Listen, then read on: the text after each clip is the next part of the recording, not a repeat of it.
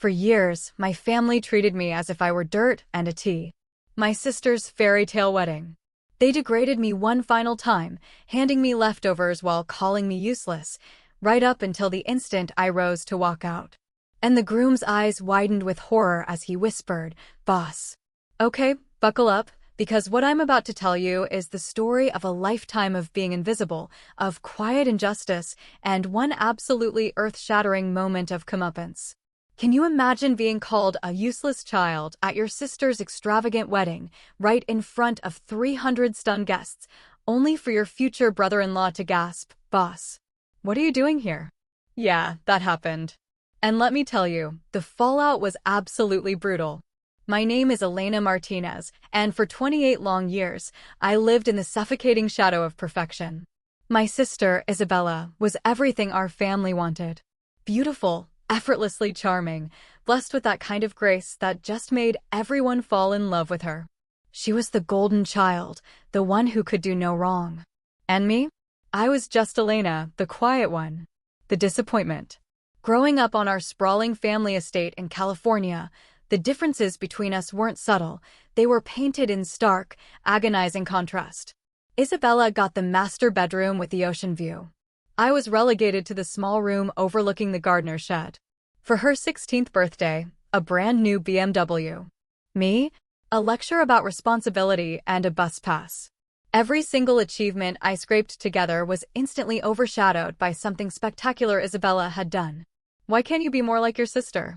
That became my mother, Margaret Martinez's, favorite, passive-aggressive refrain.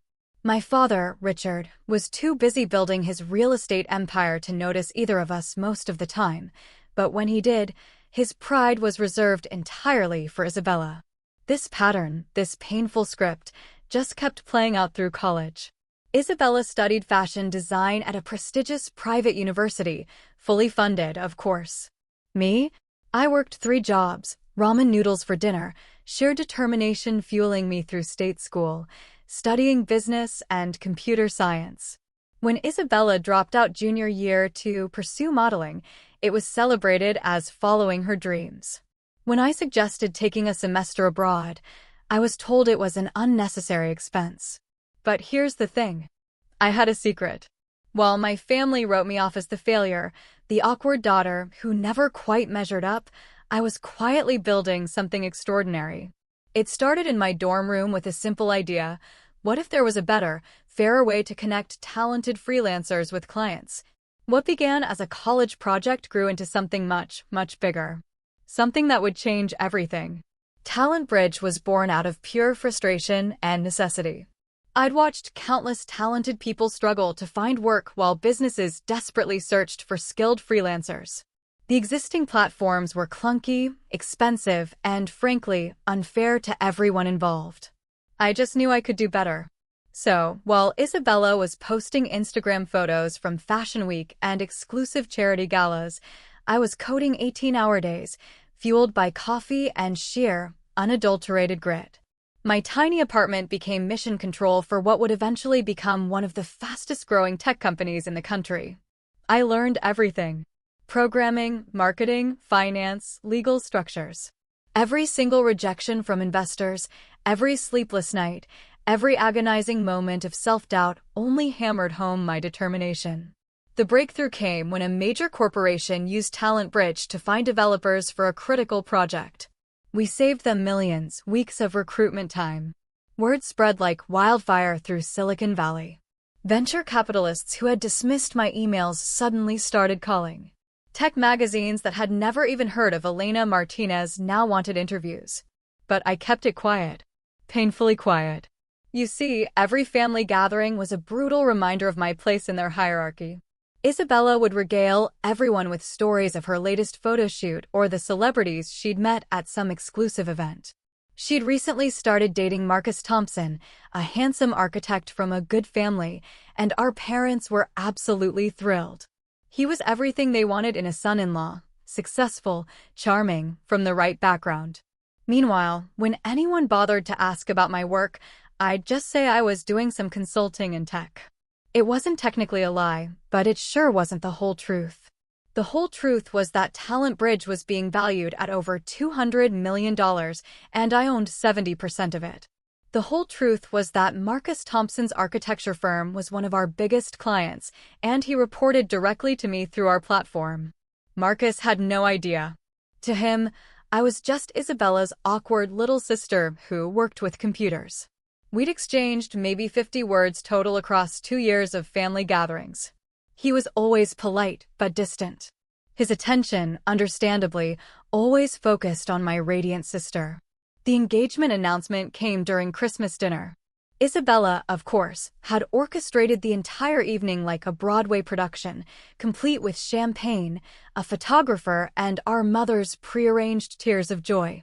Marcus proposed with a ring that probably cost more than most people's cars, and the wedding planning began immediately. It's going to be the event of the season, Isabella gushed, scrolling through Pinterest boards on her phone in the family room.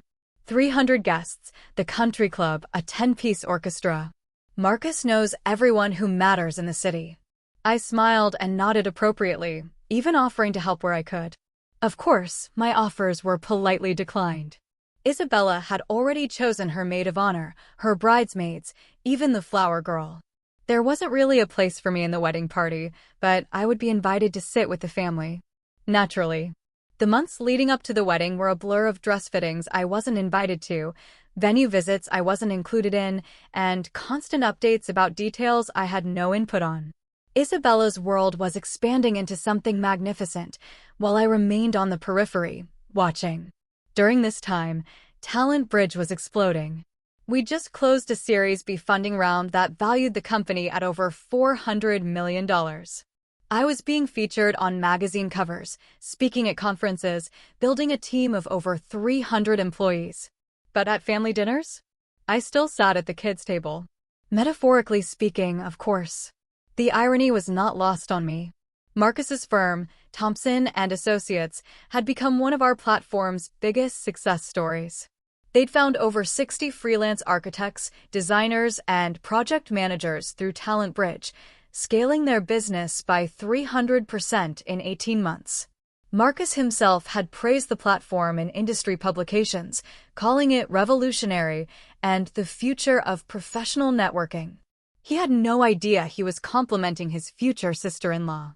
The morning of Isabella's wedding dawned perfect and golden, just like everything else in her life.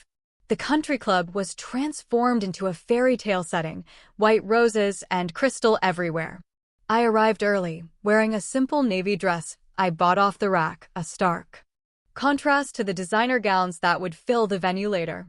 As family, I was supposed to get ready with the bridal party, but space was limited in the bridal suite. So I found myself in a small side room, doing my own hair and makeup, listening to the laughter and champagne toasts from next door. Elena, my mother called out around noon. Come help with the seating arrangements. We've had some last-minute changes. The seating chart was a masterpiece of social hierarchy, and I found myself relegated to table 12, far from the family table, squeezed between my great-aunt, who couldn't hear very well, and some distant cousins I'd met twice. Meanwhile, Isabella's influencer friends occupied prime real estate near the head table. I think there might be a mistake, I said carefully, pointing to my name in the far corner. My mother barely looked up from her clipboard. No mistake. We needed room for Marcus's important business associates at the family table. You understand? Oh, I understood. I understood perfectly. The ceremony itself was beautiful. I had to admit, Isabella was radiant in her custom gown, and Marcus looked genuinely happy. I watched from my designated spot in the back rows as they exchanged vows, promising to love and support each other through everything life would bring. A part of me, the part that still stupidly hoped for my family's acceptance, felt a genuine flutter of happiness for them. But that feeling was short-lived. The reception was in full swing when dinner service began. Table after table was called up to the elaborate buffet, starting with the head table, then working through the social hierarchy. The family table went second, the important business associates third, and so on. Table 12 was called last. By the time I reached the buffet, the elegant spread had been picked over pretty thoroughly. The perfectly arranged salmon was mostly gone, replaced by scattered remnants. The roasted vegetables were sparse, and the signature pasta dish was down to the final scraping. I took what I could find, arranging the remnants on my plate with as much dignity as I could muster. As I walked back to my table, balancing my plate of literal leftovers, I passed the head table. My family was dining on perfectly prepared portions, laughing at some story Isabella was telling. "Elena!" My mother's voice cut through the laughter, stopping me cold. The conversation at nearby tables quieted as people turned to look. "I see you found something to eat." Her tone was light, conversational, but I knew that tone. It was the one she used right before she delivered a perfectly aimed, devastating blow. "Yes," I replied simply, not trusting myself to say more. "Well," she continued, her smile sharp as crystal, "I suppose a useless child deserves leftovers." The words hit me like a physical blow. Around us, conversations stopped entirely. A few people gasped softly. Isabella looked momentarily uncomfortable, but then she smirked. That small, superior smile I'd known my entire life. "Pathetic," she whispered, just loud enough for the surrounding tables to hear. For 28 years, I had endured comments like this. 28 years of being diminished, dismissed, and degraded. 28 years of smiling and taking it, of being the bigger person, of hoping that someday I would be enough for them to love. But sitting there, holding a plate of actual scraps while 300 people stared at me with mixtures of pity and secondhand embarrassment, something inside me finally broke. Not in a dramatic, explosive way, but quietly, like the last thread holding up a picture frame finally giving way. I smiled, the same smile I'd worn through decades of humiliation. I stood up slowly, carefully setting my napkin on the table. "You know what?" I said quietly, my voice carrying in the sudden silence. "You're absolutely right." And I turned to leave. I had made it perhaps 10 steps toward the exit when I heard Marcus's voice behind me, sharp with shock, and something that sounded like pure panic. Boss, what are you doing here?" The words hung in the air like a bomb that hadn't exploded yet. I stopped walking, my back still to the head table, and closed my eyes for just a moment. When I opened them and turned around, the entire reception had fallen into the kind of silence that feels loud. Marcus was staring at me, his face a mixture of recognition and dawning horror. He had gone completely pale, his champagne glass frozen halfway to his lips. "Boss?" Isabella's voice was barely a whisper.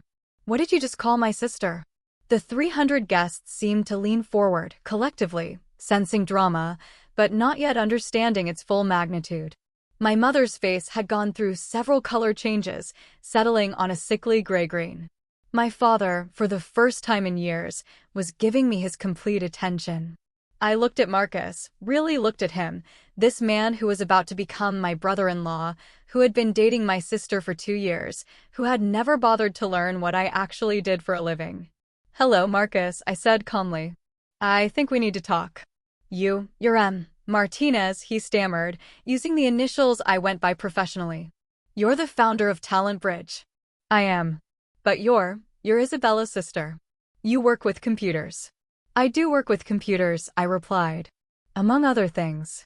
The murmur started at the tables closest to us and rippled outward like a wave. People were pulling out phones, undoubtedly Googling my name. Within moments, the whispers began. "Talent Bridge? That's the company that was just valued at. She's on the Forbes 30 under 30 list. Didn't she just speak at that tech conference in San Francisco?" Isabella was staring at me like I was a stranger. "Elena, what is going on?" I walked back toward the head table, and the crowd parted like the Red Sea. Every step felt surreal, like I was walking through someone else's life. When I reached Marcus, he actually stood up. The gesture was so automatic, it was clearly professional habit. "Ms. Martinez," he said formally. And the use of my last name, our last name, sent another ripple of shock through the crowd. I had no idea. I never realized. That your fiancé's sister was your biggest client? I finished for him. Yes, I gathered that. What happened next was perhaps the most surreal 10 minutes of my entire life.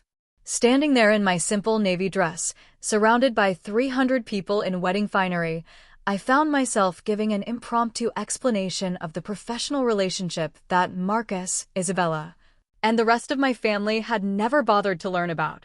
Talent Bridge has been working with Thompson and Associates for 18 months, I said, addressing the crowd as much as my family.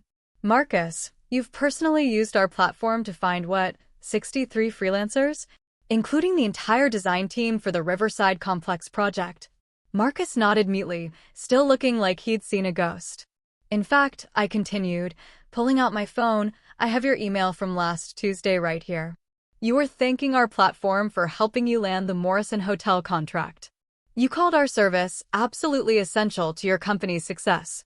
I looked up at Isabella, who was gripping her champagne glass so tightly, I was worried it might shatter. Your fiancé's architecture firm has paid my company over $400,000 in fees over the past year and a half. We've been directly responsible for at least 60% of his business growth. The silence was deafening. Someone's phone buzzed. A server dropped a spoon somewhere in the back of the room, and it clattered like thunder. My mother found her voice first, though it came out as barely more than a croak. Elena, is this some kind of joke? I almost laughed. After 28 years, she thought this was a joke. No, Mom, it's not a joke. Talent Bridge is currently valued at $437 million. I own 70% of it. I have 312 employees across 6 offices. Last month, I was invited to speak at the World Economic Forum about the future of work. I paused, looking around at the sea of faces staring back at me. But apparently none of that matters as much as the fact that I got to the buffet table last. What followed was chaos of the most refined sort. The kind of chaos that happens when wealthy people realize they've made a catastrophic social error in front of witnesses. My mother immediately went into damage control mode, her voice taking on that bright, fake tone she used when she was trying to smooth over social disasters. Well, of course, we knew Elena was doing well with her little computer business. She laughed, the sound sharp and desperate. We're so proud of our daughters, both of them. Elena, darling, come sit with the family. We can make room. But it was too late for that. Way too late. Marcus was still staring at me like I might disappear if he blinked. Miss Martinez. Elena, I need to apologize. I had no idea that you were. I mean, if I had known what? I asked quietly. If you had known what? That I was successful? That I was important? Would that have changed how you treated me? He opened his mouth, then closed it again. We both knew the answer. Isabella finally found her voice, and when she did, it was shrill with panic and something that might have been embarrassment. Elena, why didn't you tell us? Why didn't you say anything? It was such a perfect question, so perfectly revealing of everything that was wrong with my family dynamics. I looked at her, really looked at her, in her perfect dress, with her perfect hair, surrounded by her perfect wedding. When? I asked simply. When would I have told you? During the family dinners where you talked for hours about your modeling shoots while everyone listened with rapt attention? During the holidays where every conversation was about your achievements, your boyfriend, your plans? When exactly was I supposed to interrupt the Isabella show to mention my little computer business? The truth hung in the air like smoke around us. 300 guests watched the Martinez family implode in real time. That's not fair, Isabella protested. But her voice lacked conviction. Isn't it? I turned to address the whole family now, my parents, my grandparents, my aunts and uncles who had watched this dynamic play out for decades. When was the last time any of you asked me about my work? Really asked, not just, how are things going, before immediately changing the subject. Silence. When was the last time you asked about my life, my dreams, my goals? When was the last time any of you treated me like I mattered? More silence. My father, who had been uncharacteristically quiet through all of this, finally spoke up. His voice was carefully controlled, but I could hear the calculation behind it. Elena, we had no idea you were. We didn't realize the scope of your success. Perhaps we should discuss this privately. Of course. Now that they knew I was worth something, now they wanted to discuss it privately. Now they wanted to manage the situation. But I was done being managed. Standing there in the center of that reception hall, surrounded by crystal and flowers and the wreckage of my family's assumptions, I realized I had a choice to make. For 28 years, I had chosen to stay. I had chosen to endure. I had chosen to hope that someday, somehow, I would be enough for them. But I wasn't the same person who had walked in here with a plate of scraps. That person was gone, replaced by someone who finally understood her own worth. You know what the saddest part is? I said, my voice carrying clearly through the silent room. I spent my whole life trying to earn your love and respect. I thought if I just worked hard enough, achieved enough, became successful enough, you would finally see me. I looked at each of them in turn. My mother, with her social climbing and cruel words. My father, with his selective attention. Isabella, with her thoughtless cruelty. But the truth is, you never saw me at all. You saw what you expected to see, the failure, the disappointment, the useless child. And even now, even knowing what I've accomplished, you're not proud of me. You're just embarrassed that you got it wrong in front of all these people. My mother started to protest, but I held up a hand. Don't. Please don't make it worse with lies. I turned back to Marcus, who was still standing there, looking shell-shocked. Congratulations on your wedding, Marcus. I hope you and Isabella will be very happy together. Just so you know, Thompson and Associates has been one of our most valued clients. I'll make sure the transition team handles your account personally going forward. Transition team? He asked weakly. I won't be your primary contact anymore. Conflict of interest, you understand. I started walking toward the exit again, and this time, no one tried to stop me.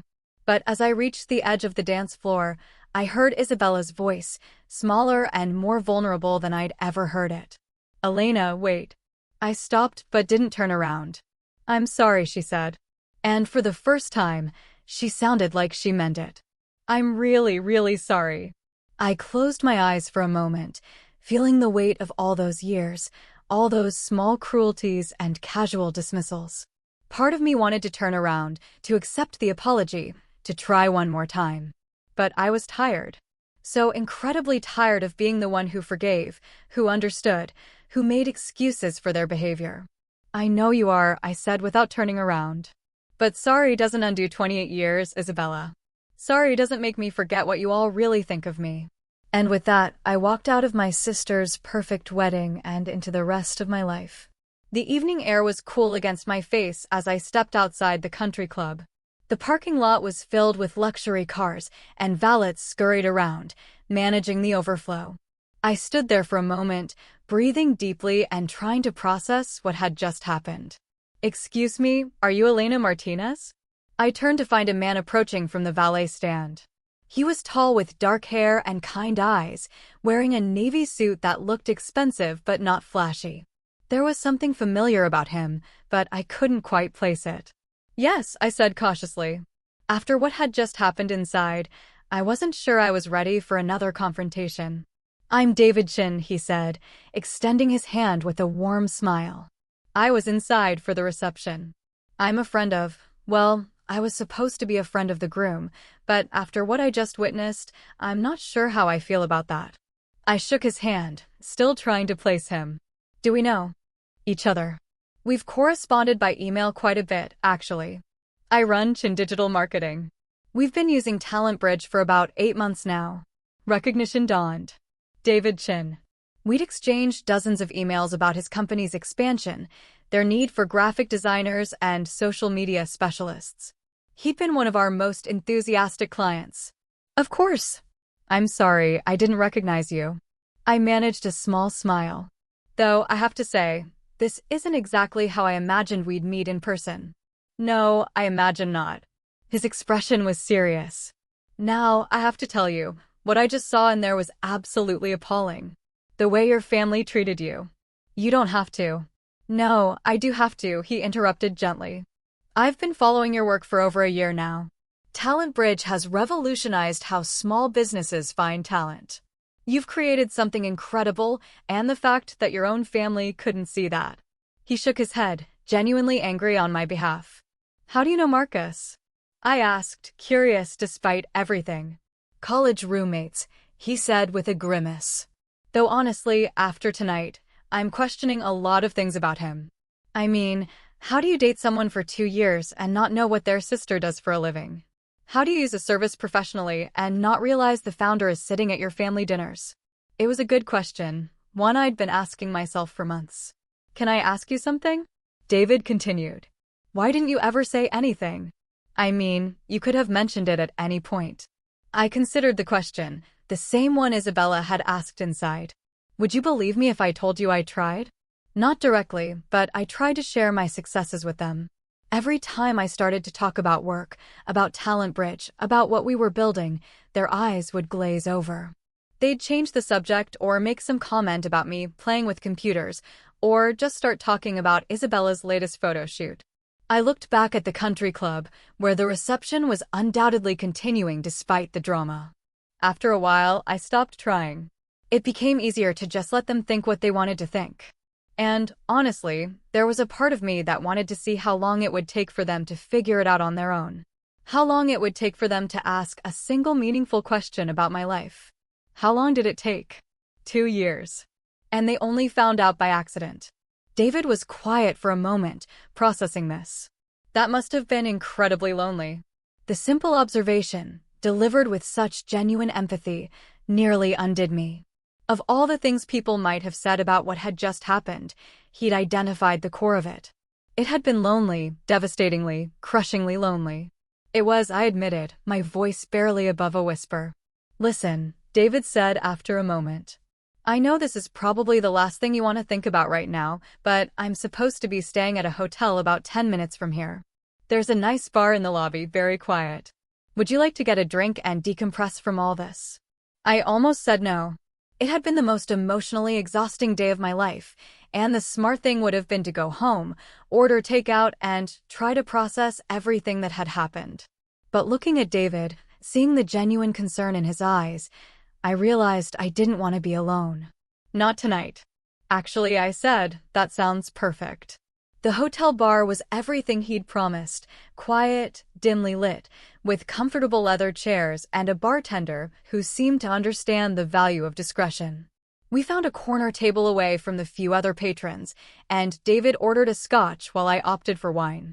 So, he said, once our drinks arrived, I have to admit, I'm curious about something. Talent Bridge is incredibly successful. You're worth hundreds of millions of dollars. Why were you even at that wedding? Why subject yourself to that kind of treatment? It was a fair question, and one I'd been asking myself for months leading up to Isabella's wedding. Family is complicated, I said finally. No matter how successful you become, no matter how much you achieve, there's still this part of you that wants the people who raised you to be proud of you, to love you. Even when they treat you like garbage. Especially then. I took a sip of wine, considering how to explain something I wasn't sure I understood myself. I kept thinking that if I just proved myself enough, if I just achieved enough, they would see me differently, that one day I would wake up and be the daughter they wanted instead of the disappointment I'd always been. But they never saw your achievements. No. And the crazy part is, I made it easy for them not to see. I didn't put my name on press releases. I used my initials professionally. I kept a low profile. Part of it was strategic. I didn't want the attention. But part of it was, I don't know, shame, maybe. David leaned forward, his expression intense. Shame about what? Shame about wanting their approval so badly, about still caring what they thought when it was obvious they didn't care about me. We sat in comfortable silence for a while, the weight of the day settling around us. Finally, David spoke again. Can I tell you something? I've been running my company for 5 years now. I've worked with hundreds of platforms and service providers. But Talent Bridge is different. It's not just about the technology, though that's impressive enough. It's about the philosophy behind it. What do you mean? You built something that empowers people. Freelancers who were struggling to find work, small businesses that couldn't afford big recruitment agencies. You created opportunities for people who were overlooked by traditional systems. He paused, studying my face. Maybe that's because you knew what it felt like to be overlooked. The observation hit me like a physical blow. I had never made that connection before, but he was absolutely right. Every feature we'd built into Talent Bridge, every policy we'd implemented, Every decision we'd made had been informed by my own experiences of being underestimated and dismissed. I never thought about it that way, I admitted. Well, maybe you should, because what happened tonight, that wasn't about you not being good enough. That was about them being too small-minded to recognize greatness when it was sitting right in front of them. We talked until nearly midnight, our conversation ranging from business philosophy to family dynamics to the strange turns life can take. David was easy to talk to, with the kind of sharp intelligence that I'd learned to appreciate in the business world, but had never expected to find in someone connected to my family's social circle. I have to ask, I said, as we were finishing our second round of drinks. How did you end up friends with Marcus? You seem different. David laughed, a self-deprecating sound. College roommate situation. You know how it is. You get thrown together as 18-year-olds and somehow maintain the connection even when you grow in different directions. Though, I have to say, watching him tonight made me realize just how different our directions have been. What do you mean? Marcus is a good architect, I'll give him that. But he's always been focused. On status, on appearances, on being part of the right crowd. Tonight, watching him panic when he realized you were successful, watching him immediately shift into damage control mode, it was pretty revealing. He was protecting Isabella, I said, though even as I said it, I wasn't sure I believed it. Was he, or was he protecting himself? Think about it. He's been building his business using your platform for over a year. His success is directly tied to your company, and he never bothered to learn that the founder was going to be his sister-in-law. What does that say about him as a person? It was a harsh assessment, but not an unfair one. Marcus had been happy to benefit from Talent Bridge's services while treating its founder like an irrelevant afterthought at family gatherings. You know what the really crazy part is? I said, swirling the wine in my glass. I actually liked him. Before tonight, I thought he was good for Isabella. He seemed to genuinely care about her, and she was happy. Maybe he does care about her. But caring about someone doesn't excuse willful ignorance about their family. And it certainly doesn't excuse standing by while your future mother-in-law humiliates your future sister-in-law in front of 300 people. The truth of that statement settled over me. Marcus hadn't just failed to recognize my professional success. He'd failed to stand up for me as a person. Even if he'd thought I was just Isabella's sister who works with computers, I was still going to be family. The way I'd been treated tonight should have bothered him on a basic human level. I think, I said slowly, I've been making excuses for all of them for a very long time. Probably because you're a fundamentally decent person who assumes other people are too, David observed. It's actually one of the things that comes through in your business philosophy. Talent Bridge succeeds because it assumes the best in people. That freelancers want to do good work, that businesses want to treat people fairly. And sometimes that assumption is wrong. Sometimes. But that doesn't mean you should stop making it. It just means you should be more selective about who deserves the benefit of the doubt. As David walked me to my car, a modest sedan that probably cost less than Isabella's shoes, my phone rang. The caller ID showed Isabella's name, and for a moment, I considered letting it go to voicemail. Answer it, David encouraged.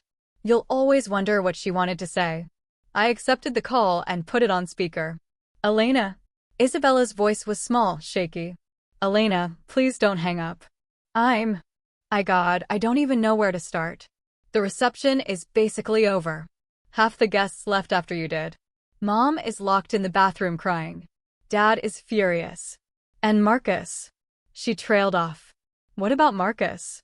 He's been pacing around, asking everyone if they knew. If they knew about Talent Bridge, about how successful you are. He keeps saying he feels like an idiot, that he should have known. He should have known, I said simply. And you all should have. You're right. You're absolutely right. And I hate that. I hate that it took tonight for me to realize how terribly we've treated you. I could hear the genuine emotion in her voice. But I'd heard Isabella cry before. She was very good at it, very convincing. The question was whether this time was different. Isabella, no. Please let me finish. I need to say this. She took a shaky breath. I was jealous of you. That stopped me short. Jealous of me? You were always so smart, so focused. Even when we were kids, you had this inner strength. You never needed anyone's approval to know who you were. And I guess I resented that because I've spent my whole life trying to be what everyone else wanted me to be. David was watching me intently, and I could see the skepticism in his eyes. But something in Isabella's voice made me listen. When you started talking about your work, about technology and business, I didn't understand it. It made me feel stupid. So, I just dismissed it, made it seem less important than what I was doing. And Mom and Dad went along with it because my stuff was easier to understand, easier to brag about to their friends. Elena, I know this doesn't excuse anything. I know, sorry isn't enough, but I need you to know that I see it now. I see what we did to you, and I'm ashamed of myself. There was a long pause. When Isabella spoke again, her voice was barely a whisper. Are you ever going to forgive us? It was the question I'd been dreading because I didn't have an answer. The hurt was too fresh, too deep. The pattern of dismissal and disrespect had gone on for too long. I don't know, I said. Honestly, I really don't know. After I hung up with Isabella, David and I stood in the parking lot for a moment, processing the call. What are you thinking? He asked. I'm thinking that this is the most honest conversation I've ever had with my sister. And I'm also thinking that it might be too little, too late. Maybe. But at least now she sees it. That's something. Is it though? David mused. Is recognition without change actually worth anything? That was the question. And it would haunt me for weeks to come. So, I left that wedding, not just physically, but emotionally. I realized that my worth was never something they could give me, or take away. It was always there, within me building. And maybe, just maybe, it took that public spectacle to finally set me free. What would you have done in my place? Have you ever had a moment where you just snapped and unleashed years of bottled-up truth? I'd really love to hear your thoughts in the comments below.